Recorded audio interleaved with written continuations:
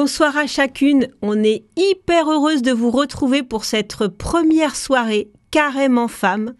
Et pour ce projet un peu fou, je vous présente tout d'abord notre équipe de drôles de dames. Je vous présente Éléonore. Alors, je m'appelle Éléonore, j'ai 38 ans. Je suis maman de 4 beaux enfants qui ont entre 12 ans et 1 an. Je me suis convertie à l'âge adulte au catholicisme et j'essaye, vaille que vaille, de reporter tous les jours ce chemin de conversion. Ce qui m'anime dans la vie, ce sont bien évidemment mes merveilleux enfants, l'amour de ma famille et des amitiés féminines extraordinaires. Marie ? Alors, je m'appelle Marie, j'ai 34 ans. Je suis mariée à un agriculteur du coin et nous avons 5 enfants entre 2 et 11 ans. Je travaille dans le milieu de la santé de manière plus ou moins active. Et ce qui m'anime dans la vie, c'est la joie, qu'elle soit partagée avec des amis, dans des projets. Voilà, c'est mettre de la joie partout dans la vie et dans tous les jours. Myriam ? Eh bien, donc moi, c'est Myriam, j'ai 40 ans, j'ai 5 très beaux enfants, bien plus beaux que ceux de Marie. Je suis protestante, je suis animée profondément par l'idée de voir des femmes et des jeunes filles rentrer dans leur plein potentiel et vraiment devenir qui le Seigneur veut qu'elles soient. Ma grande joie aussi, c'est la Guadeloupe, d'où je viens, mon île de naissance. Je suis désolée si vous n'y êtes pas nés, c'est très triste. Voilà, le décor est représenté, posé, ça ressemble un peu à chez moi. Et donc, je suis très contente de faire partie de ce projet un peu fou. On vous attend nombreuses. Et donc moi je suis Juliette, voilà, je suis mariée, j'ai 2 enfants, Félicie 12 ans et Diego qui a 7 ans, qui est porteur d'une trisomie 21. Je suis psychologue et entrepreneur social et ce qui m'anime c'est de monter des projets un peu fous, mais de les partager surtout avec d'autres et d'autres aussi plus fragiles, voilà. Et on enchaîne tout de suite sur notre parcours pour vous présenter un petit peu quelles sont les étapes de ce parcours. Il va durer 40 jours. 40 jours pour approfondir notamment la parole de Dieu et prendre le temps d'aimer. Chaque semaine, 3 étapes, 3 rendez-vous, avec le dimanche soir, une émission carême en parole autour de la parole de l'évangile du dimanche. Ensuite, un partage carrément profond avec une visio où nous vous invitons à vraiment vous inscrire pour pouvoir recevoir le lien et oser l'aventure du partage d'évangile. Et puis, le vendredi, nous vous proposons un podcast carrément nourrissant pour vous aider à jeûner. Voilà, là aussi, pour vous lancer dans l'aventure du jeûne. Et bien maintenant, nous allons commencer ce temps de ce soir par la lecture de l'évangile de ce mercredi des Cendres.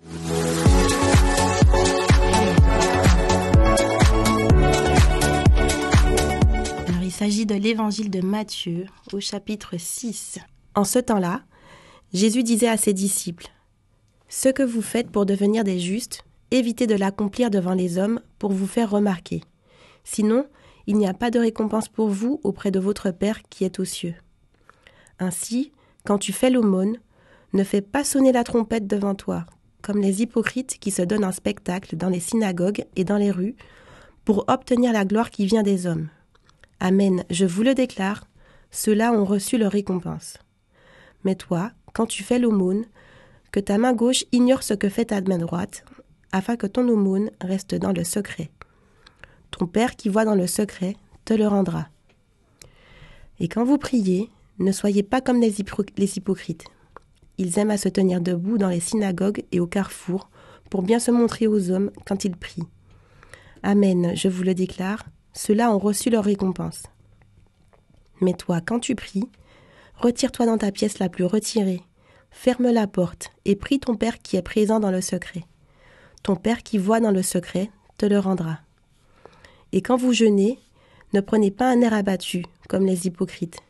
Ils prennent une mine défaite pour bien montrer aux hommes qu'ils jeûnent. Amen, je vous le déclare, ceux-là ont reçu leur récompense. Mais toi, quand tu jeûnes, parfume-toi la tête et lave-toi le visage. Ainsi, ton jeûne ne sera pas connu des hommes, mais seulement de ton Père qui est présent au plus secret. Ton Père qui voit au plus secret te le rendra.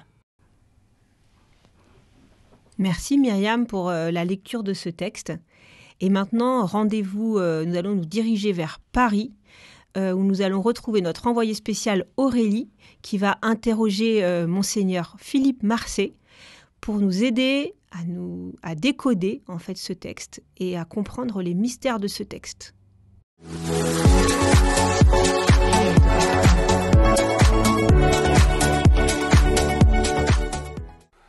Bonjour à toutes et merci les filles. Alors aujourd'hui, on est super contente parce que nous avons la chance de rencontrer pour la première fois le Père Philippe pour décoder autour d'une tisane les textes des évangiles. Merci beaucoup, Père Philippe, de nous accueillir et de nous éclairer sur des textes qui peuvent nous paraître un peu difficiles, de prime abord, un peu mystérieux, n'étant pas nous-mêmes des professionnels des Écritures.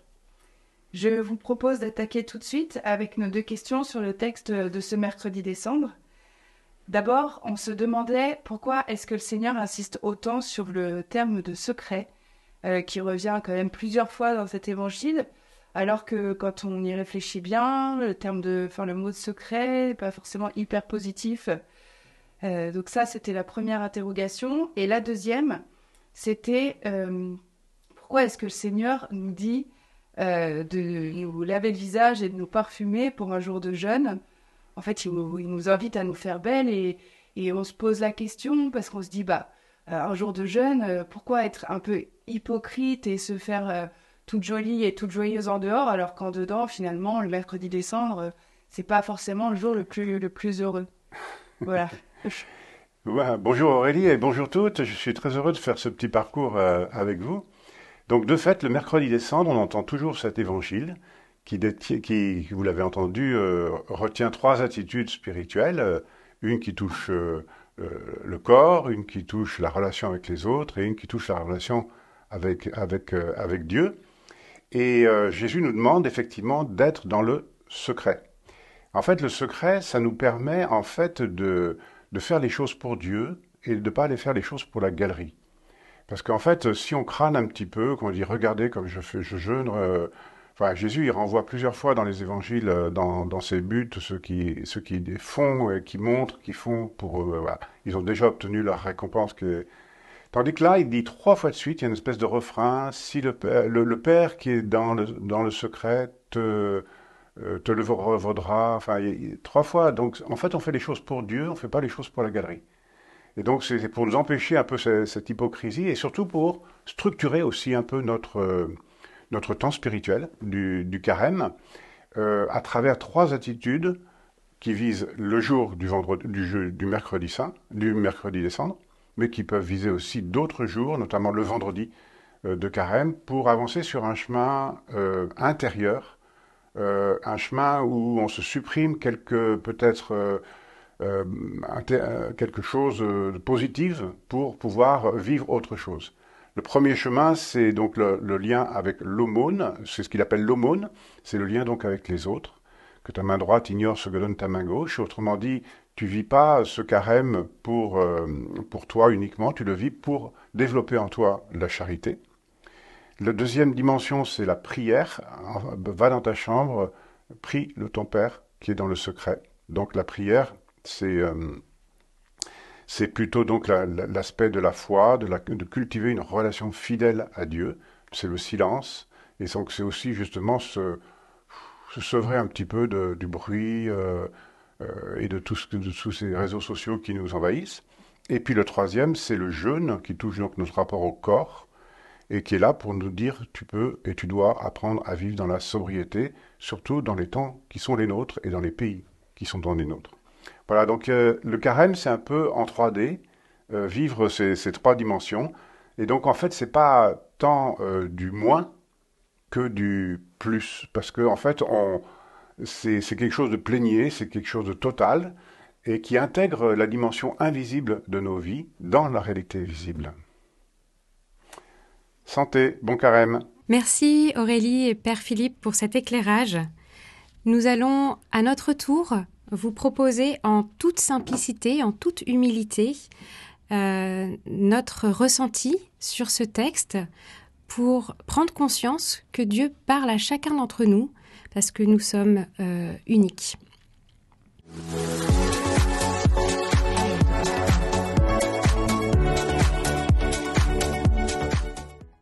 Pour commencer ce temps de méditation, de partage, je propose de laisser la parole à Myriam.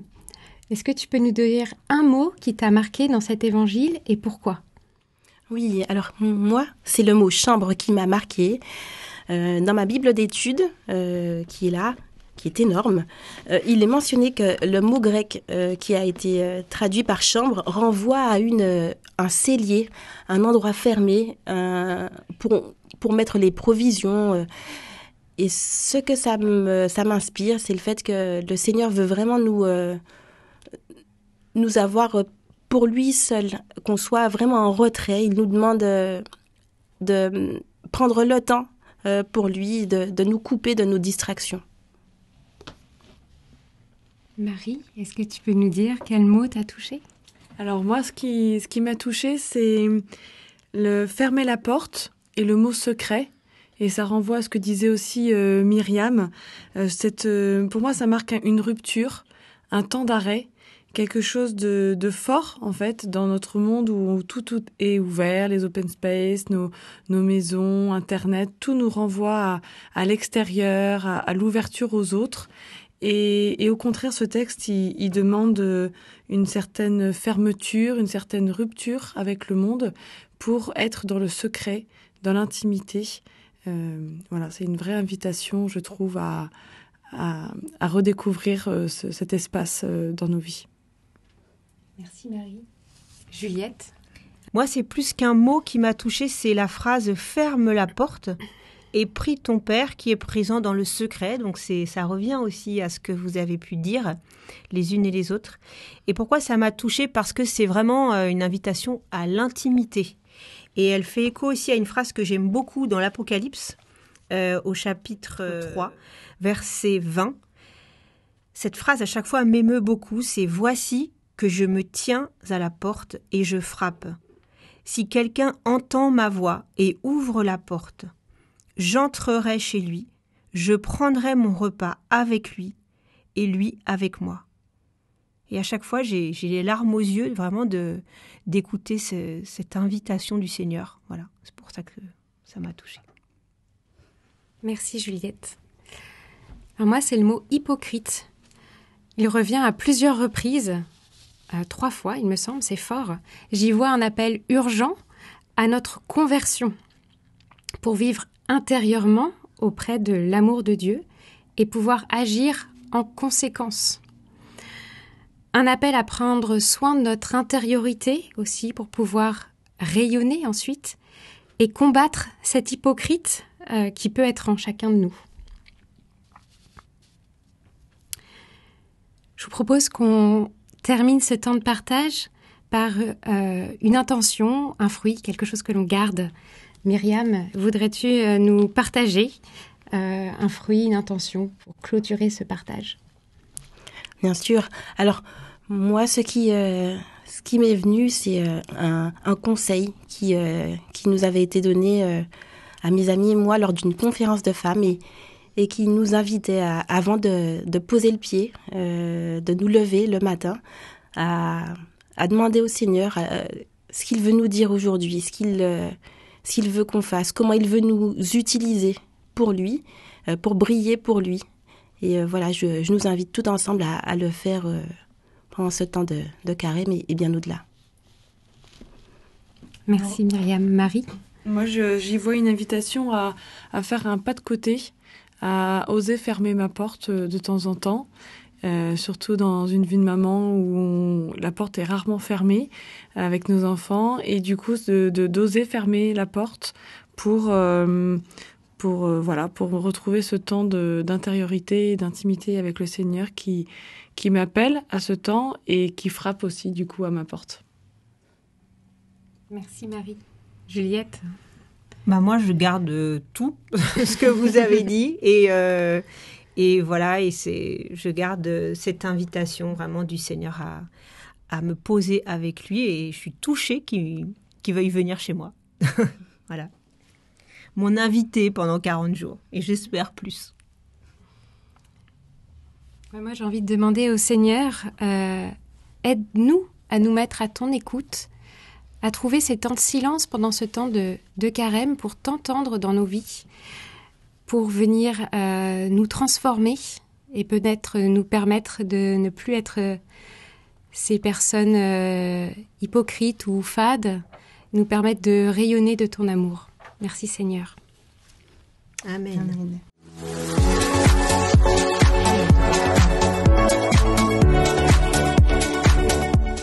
Pour poursuivre ce temps de partage, on vous propose d'emporter avec vous une piste, une question, quelques questions à méditer pendant ces quelques jours. Myriam ? Oui. Alors, on voudrait vous inviter cette semaine à vous demander, à ce qu'on se demande tout ensemble, à s'interroger sur les actions qu'on pourra mener, se demander si ce qu'on fait, on le fait pour Dieu ou est-ce qu'on est davantage motivé par la gloire et les honneurs que peuvent nous donner les hommes. Comment être dans le secret et travailler vraiment à cette intimité avec le Seigneur. Pour nous aider à entrer dans cette intimité, on souhaite vous proposer un geste concret. On vous proposera toutes les semaines.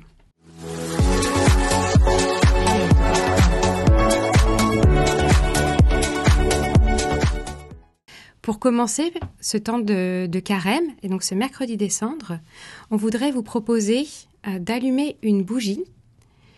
Allumer une bougie dans un endroit où vous êtes fréquemment, chez vous, par exemple un lieu de passage ou une pièce où vous travaillez, et allumer cette bougie pour vous rappeler que Dieu est avec vous et vous rappeler de vous mettre en sa présence. Myriam, tu peux compléter ? Oui, tout à fait. Si vous êtes protestante, vous n'avez peut-être pas de coin de prière et peut-être pas non plus l'habitude d'allumer de bougies. Alors on peut aussi vous proposer de prendre un petit espace, vous aménager un petit espace qui sera votre petit coin à vous où vous rencontrez le Seigneur. Ça peut être un fauteuil, ça peut être le coin du poêle, comme le fait Juliette dans ses temps à elle. Ça peut être un petit espace que vous serez aménagé et que ce soit votre temps où vous retrouvez le Seigneur, où vous vous rappelez qu'il nous appelle. Eh bien, merci beaucoup, mesdames, pour ce temps en passé ensemble. Merci à vous de nous avoir suivis, que ce soit en vidéo ou sur la radio. Nous vous donnons rendez-vous jeudi soir pour un temps de partage. N'oubliez pas de vous inscrire via le site Carrément Femmes ou via les réseaux sociaux aussi pour recevoir le lien de visio. Nous vous proposons de terminer cette émission par un court temps de prière pour rentrer dans cette intimité que le Seigneur nous propose de vivre durant ce carême. Nous vous proposons de vous mettre au calme, de se mettre dans une posture détendue, peut-être de fermer les yeux, d'allumer la bougie qu'on vous a proposée et de faire silence.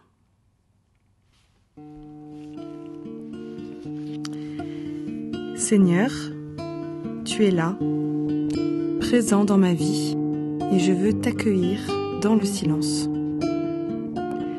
Tu me rejoins dans le secret de mon âme, au plus intime de moi-même, et tu as quelque chose à me dire dans ce silence. Seigneur Dieu, je te confie ce carême qui commence ce soir, sans rien te demander de particulier, sans challenge. Je veux juste prendre le temps de t'aimer davantage, de mieux aimer ceux qui m'entourent.